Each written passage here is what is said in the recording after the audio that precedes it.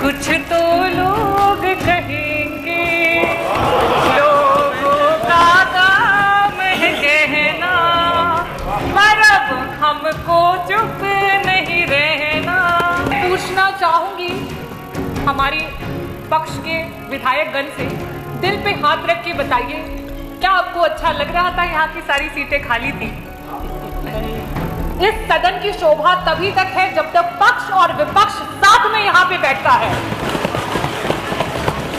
जब तक पक्ष और विपक्ष साथ में बैठता है तभी तक हमारा लोकतंत्र मजबूत है, और जिस दिन यहाँ से विपक्ष हट जाएगा उस दिन लोकतंत्र की धज्जियां उड़ जाएंगी। उत्तर प्रदेश की विधानसभा में समाजवादी पार्टी के विधायक रागिनी सोनकर ने गुरुवार को एक बेहतरीन भाषण दिया। सदन में तमाम मुद्दों पर बातचीत करते हुए विधायक ने कविताएं भी सुनाई और ये भी कहा कि महिलाएं सिर्फ पुरुष के पीछे या फिर आगे नहीं बल्कि उनके साथ चलने में यकीन रखती हैं। उन्होंने कहा कि देश अब तक से विकासशील देश इसलिए रह गया है क्योंकि अभी भी महिलाओं को वो जगह नहीं मिली है जिसकी वो हकदार है। आदरणीय अध्यक्ष महोदय, आज आजादी के 75 वर्षों में पहली बार देश की सबसे बड़ी सदन उत्तर प्रदेश की सदन में सिर्फ और सिर्फ महिला विधायकों को बोलने का आपने अवसर दिया। मैं उसके लिए आपको हृदय से धन्यवाद करती हूं। मैं धन्यवाद करना चाहूंगी समाजवादी पार्टी के राष्ट्रीय अध्यक्ष श्री अखिलेश यादव जी का, आदरणीय डिंपल भाभी का, जिनकी प्रोग्रेसिव सोच के कारण आज विपक्ष में होने के बावजूद भी अगर हम रेशियो निकाल लें तो जो महिला जनप्रतिनिधि हैं उनका रेशियो पक्ष के समान है। मैं धन्यवाद करना चाहूंगी हमारी समाजवादी पार्टी की सोच को,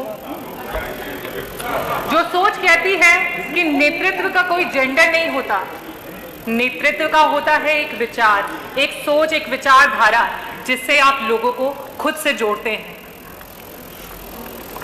राम मनोहर लोहिया जी ने कहा था, देश का विकास तभी होगा जब देश में नारी का विकास होगा, जब नारी विकास करेगी तभी देश का विकास होगा। आज से कई सालों पहले जब अध्यक्ष जी आप, मेरे पिता, उनके सहपाठी जब स्कूल में जाया करते थे तो वहां पे पढ़ाया जाता था कि 3 प्रकार के देश होते हैं, विकसित देश, विकासशील देश और अविकसित देश। और तब वो अपने अभिभावकों से पूछते थे कि हमारा देश विकासशील की श्रेणी में आता है, ये कब तक विकसित हो जाएगा? तो उन्हें कहा जाता था कुछ नहीं, आज से 8-10 सालों में हमारा देश विकसित हो जाएगा। अध्यक्ष जी, आपके बाद हमने भी स्कूल की पढ़ाई की, हमने भी स्कूल जाना शुरू किया और हमें भी वही पढ़ाया गया, और हमने भी जब ये पूछा सवाल तो हमें भी वही उत्तर मिला। आज एक नई जनरेशन स्कूल जाने को तैयार है, लेकिन आज ये देश अपना जवाब नहीं बदल पाया है। क्या हमने कभी इस बात पे मंथन किया है? आज ये जो स्पेशल सेशन बुलाया गया है, ये सत्र ही उसका जवाब है कि आज जो हम 403 विधायकों में सिर्फ और सिर्फ 47 महिला विधायक हैं, वो उसका जवाब है कि जिसकी वजह से आज हमारा देश विकासशील से विकसित देश नहीं हो पाया है। वहीं साथ ही साथ उन्होंने ये भी कहा कि सरकार को महिलाओं को आरक्षण देने की जिम्मेदारी भी उठानी चाहिए। मैं आज बताना चाहती हूँ कि अगर हम देश में देखें कि महिलाओं का राजनीति में नेतृत्व के परसेंटेज को निकालें तो सिर्फ और सिर्फ 9% महिलाएं हैं जो पूरे देश में जनप्रतिनिधि के रूप में अपना नेतृत्व कर रही हैं। और इस आंकड़े को अगर हम किसी भी डेवलप कंट्री से कंपेयर करें तो वहां पे जो देश विकसित हो चुके हैं उसका कारण भी हमें साफ साफ समझ में आ जाता है कि वहां पे अगर राजनीति में महिलाओं का अगर हम देखें कि क्या कंट्रीब्यूशन है तो वो 30% तक पहुंच चुका है। और हमें भी अब इस पे विचार करना जरूरी है, और इस सदन के माध्यम से मैं आग्रह करना चाहूंगी कि महिलाओं को हर क्षेत्र में आरक्षण देने की जिम्मेदारी सरकार को उठानी चाहिए, इस प्रदेश को उठानी चाहिए और इस देश को उठानी चाहिए। रागिनी सोनकर ने कहा कि हमें विधानसभा में स्पेशल सेशन नहीं चाहिए।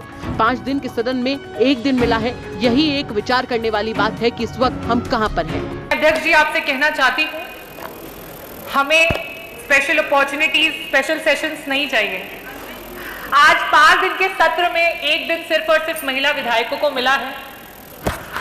कई सारे लोग होंगे जिन्हें दुख हो रहा होगा, कई सारे लोग हो रहे होंगे जिनको आपत्ति हो लेकिन मैं ये कहना चाहती हूँ कि आज 5 दिन के सदन में हमें 1 दिन का मौका मिला है। आप सोचिए, आपको इससे दुख हो रहा है, और 75 वर्षों से हम इंतजार कर रहे थे कि हमें ये मौका मिले। 75 वर्षों से हम इंतजार कर रहे हैं। आज भी उत्तर प्रदेश के अलावा बाकी सदन में जहां जहां ये आवाज जाएगी, मुझे लगता है अध्यक्ष जी, वहां पर भी इसको शुरू किया जाएगा। और इसके लिए मैं तहे दिल से आपको धन्यवाद करना चाहूंगी, अपने राष्ट्रीय अध्यक्ष जी को धन्यवाद कर। उन्होंने काफी अहम मुद्दे को उठाते हुए ये भी कहा कि अगर सदन में हमें बराबर का हक मिलेगा, तभी जनपद के जो अधिकारी हैं वो हमें सीरियसली लेना शुरू करेंगे। जब सदन में महिलाओं को बराबर का हक मिलेगा, तभी जाकर के जनपद में जो बैठे हुए अधिकारी हैं वो भी हमें सीरियसली लेंगे। मैं आपको एक घटना बताना चाहती हूँ। मछली शहर विधानसभा, जौनपुर जनपद में 9 विधानसभाएं हैं, उसमें से मैं मछली शहर से विधायक चुन करके आई हूँ, इकलौती महिला विधायक। और मेरे यहाँ की जो रोडों की स्थिति है वो बहुत ही खराब है। मैंने पिछले सदन में भी उन बातों को उठाया था, और बड़ी मुश्किल से एक रोड है जो स्वीकृत होकर बननी शुरू हुई। जब वो रोड बनी तो उस पर जब शील पट लगा तो उस पर हमारे जो नेबर के हमारे पड़ोसी विधायक हैं उनका नाम लिख करके आ गया। तो आज अधिकारियों की भी ये सोच है कि अरे ये तो महिला है, ये क्या कर लेगी, और ऊपर से ये विपक्ष की महिला है तो ये क्या कर लेगी। हमें इसको बदलना होगा, हमें इसे बदलना होगा। मैं सरकार से अनुरोध करूंगी कि इस तरीके की सोच पे अंकुश लगाया जाए। रागिनी सोनकर ने साफ तौर पर कहा कि हमें देश का प्रतिनिधि बनना होगा, देश का प्रतिनिधित्व करने के लिए हमें आगे बढ़ना होगा। साथ ही साथ मैं अपनी महिलाओं को भी कहना चाहूंगी कि ये वक्त आ गया है कि हमें आगे बढ़ना होगा, हमें देश का प्रतिनिधि बनना होगा, हमें आगे बढ़ करके देश को तरक्की के रास्ते पे लेके जाना होगा। अब हमें ये नहीं सोचना है कि लोग क्या कहेंगे और समाज क्या कहेगा, क्योंकि कुछ तो लोग कहेंगे, लोगों का काम है कहना, पर अब हमको चुप नहीं रहना। आजादी के वक्त महिलाओं का योगदान भी रागिनी सोनकर ने याद दिलाया। उन्होंने कहा कि अब महिलाओं का आजादी में योगदान हमें भूलना नहीं चाहिए। मैं साथ ही साथ ये भी बोलना चाहती हूँ कि आज हम भारतीय बड़े आधुनिक बनते हैं, हर बात पे बड़ी बेबाकी से चर्चा करते हैं, लेकिन जब बात आती है महिला के सशक्तिकरण की तो ना जाने हम क्यों चुप्पी साध लेते हैं। हम क्यों भूल जाते हैं कि भारत की आजादी में महिलाओं का बलिदान कहीं से कम नहीं था।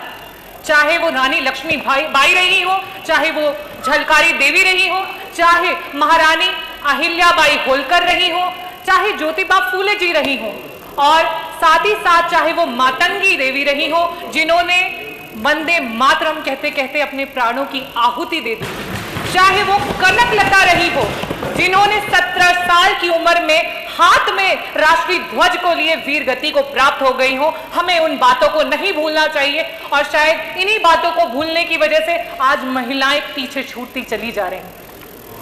मैं आज इस सदन के माध्यम से ये कहना चाहती हूँ, मैं ग्रामीण अंचल से आती हूँ और वहाँ पे मैंने कई बार सुना है, तो मैंने कहा कि यहाँ से एक मैसेज देना बहुत ज़रूरी है। बहुत सारे लोगों को ऐसा लगता है कि हम महिला के प्रतिनिधित्व में पीछे उसके चल रहे हैं, हम कैसे महिला के पीछे चल सकते हैं। तो मैं उन सबको बोलना चाहती हूँ कि हम आपको पीछे नहीं चला रहे हैं, हम चाहते हैं आप हमारे बगल में हमारे साथ साथ चलें। अल्बर्ट कामू ने कहा था, I don't want you to lead me, I don't want you to walk behind me, I want you to walk by my side. और यही हमारी सोच है, और मैं मानती हूँ कि इस सदन में बैठी सारी जितनी भी महिला जनप्रतिनिधि हैं। हालांकि ऐसा नहीं है कि रागिनी सोनकर सिर्फ तमाम मुद्दों पर ही बोली, उन्होंने पक्ष पर तंज कसने का मौका भी नहीं छोड़ा। उन्होंने मुख्यमंत्री योगी आदित्यनाथ को धन्यवाद दिया। सभी की नजरें उन पर टिक गई कि आखिर वो सीएम योगी को धन्यवाद क्यों दे रही हैं। जिसके बाद में उन्होंने कहा कि मुख्यमंत्री योगी आदित्यनाथ का धन्यवाद, क्योंकि उन्होंने हमें पहले दिन सदन में नहीं आने दिया। मैं धन्यवाद करना चाहूंगी आदरणीय मुख्यमंत्री जी को कि जिस दिन मॉनसून का पहला सत्र था उस दिन हमें अंदर नहीं आने दिया। मैं पूछना चाहूंगी हमारी पक्ष के विधायकगण से दिल पे हाथ रख के बताइए, क्या आपको अच्छा लग रहा था यहाँ की सारी सीटें खाली थी? नहीं। इस सदन की शोभा तभी तक है जब तक पक्ष और विपक्ष साथ में यहाँ पे बैठता है। जब तक पक्ष और विपक्ष साथ में बैठता है तभी तक हमारा लोकतंत्र मजबूत है, और जिस दिन यहाँ से विपक्ष हट जाएगा उस दिन लोकतंत्र की। कन्या अनुदान को लेकर भी उन्होंने सरकार पर जमकर निशाना साधा। उन्होंने एक किस्से का जिक्र करते हुए सरकार को निशाने पर लिया। उसमें आपने विवाह के लिए कन्या अनुदान देने का एक संकल्प लिया है। कोरोना काल में बहुत सारे गरीब परिवार अपने बच्चों की शादी नहीं कर पाए। वो गरीब माता पिताओं ने अभी कुछ महीने पहले जब शादी का सीजन था तब वो अपने बच्चों की शादी कर रहे थे। मेरे विधानसभा से ना जाने कितने परिवार हैं जिन्होंने उस अनुदान पे आस लगाए बैठे हुए थे, और आज वो शादी को बीते हुए 4 से 5 से 6 महीने हो चुके हैं और आपका अनुदान नहीं आया है। और जब आपके अधिकारी से बात करते हैं तो वो कहते हैं मैडम हमारे पास कोई बजट ही नहीं है इसके लिए। तो मैं कहना चाहती हूँ कि आपकी पॉलिसीज सिर्फ कागजी हैं। उन पॉलिसीज का जमीन पे कोई भी कहीं पे कोई रिकॉर्ड नहीं है। मैं आज कहा गया माननीय मुख्यमंत्री जी द्वारा कि हम अपने जो भी हमारी प्रॉब्लम्स हैं उन्हें बता सकते हैं और एक सकारात्मक तरीके से इस पर डिस्कशन कर सकते हैं। तो मैं आपको ये बताना चाहती हूँ कि मे भी ऐसा हो सकता है कि आप सच्चाई से अपरिचित हो।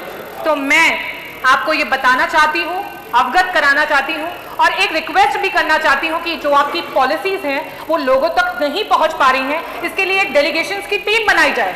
अगर वो महिलाओं के लिए पॉलिसीज है तो उसमें महिला विधायक गण, और आपको जो लगता है कि जो सही रिपोर्ट दे उनको चूज करके आप अपने लोगों की टीम बनाएं, लेकिन कम से कम ये छलावा तो ना दिखाएं कि आपकी इतनी सारी पॉलिसीज हैं जो इतने लोगों को मदद कर रही हैं, क्योंकि अगर हम आज जमीन पे उतर के देखते हैं तो कहीं किसी को मदद नहीं मिलती।